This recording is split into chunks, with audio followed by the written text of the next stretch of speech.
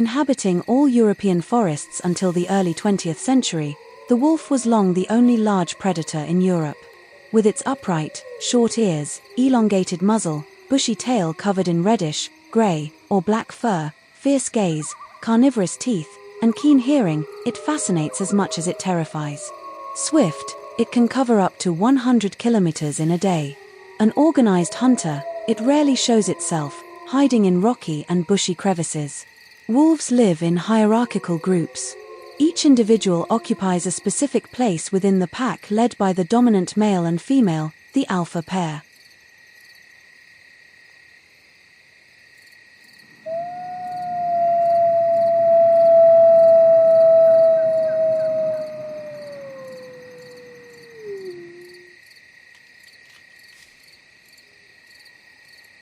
The wolf has not always been considered a malevolent animal. Ancient civilizations revered them.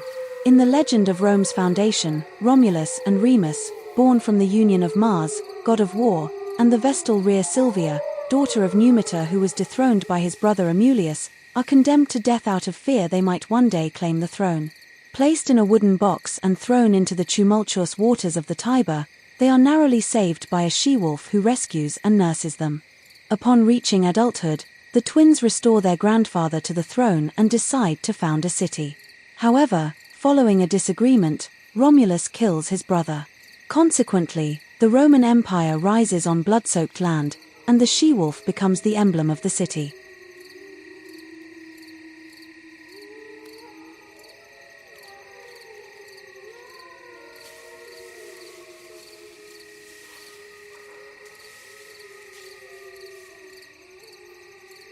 In the Middle Ages, there were several ways to recognize werewolves. The most common involved incising the skin of suspects to look for hidden hair, as it was believed that a man could become a werewolf by turning his skin inside out.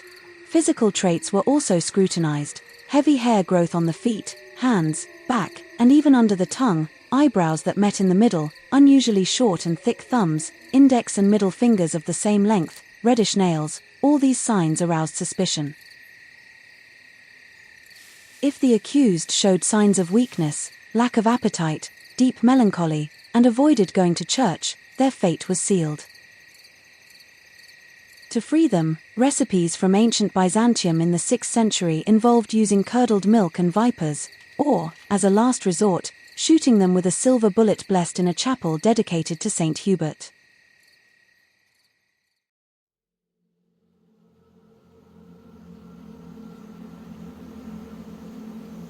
Beware of full moon nights. This is the time of transformation, the hour when the devil, finding no space in hell, punishes men by helping them become werewolves. Devoid of all consciousness, they are condemned for 7 years to run through 7 communities to devour 7 dogs. If they find none, they must feed on humans. In the Middle Ages and up to the Renaissance, this belief led to thousands of men and women being burned at the stake for supposedly having lycanthropy and being guilty of murder and cannibalism. Lycanthropy is a condition sometimes called melancholy or wolf madness. Those afflicted imagine they become wolves when melancholy or black bile rises to the brain and disturbs their senses, particularly their imagination. They believe they hear and see externally what is happening internally.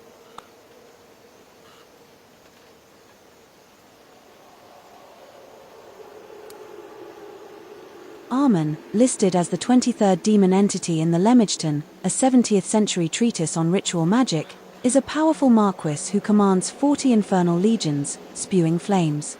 Hidden in the body of a wolf with a snake's tail, he sometimes transforms into a human with an owl's head and a mouth full of teeth.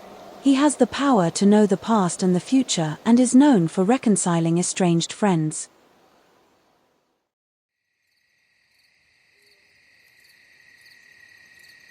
How many secrets still lie hidden in grimoires? In times past, wolf meat, considered unappetizing, was used in various remedies believed to heal or bring luck. Dried wolf liver calmed headaches and warts. Wolf canines were reputed to give strength and protect against the evil eye and were hung around horses' necks to make them tireless. The same was done for children to help with teething and to make them braver. It was also said that wearing a wolf skin around the neck brought happiness in love.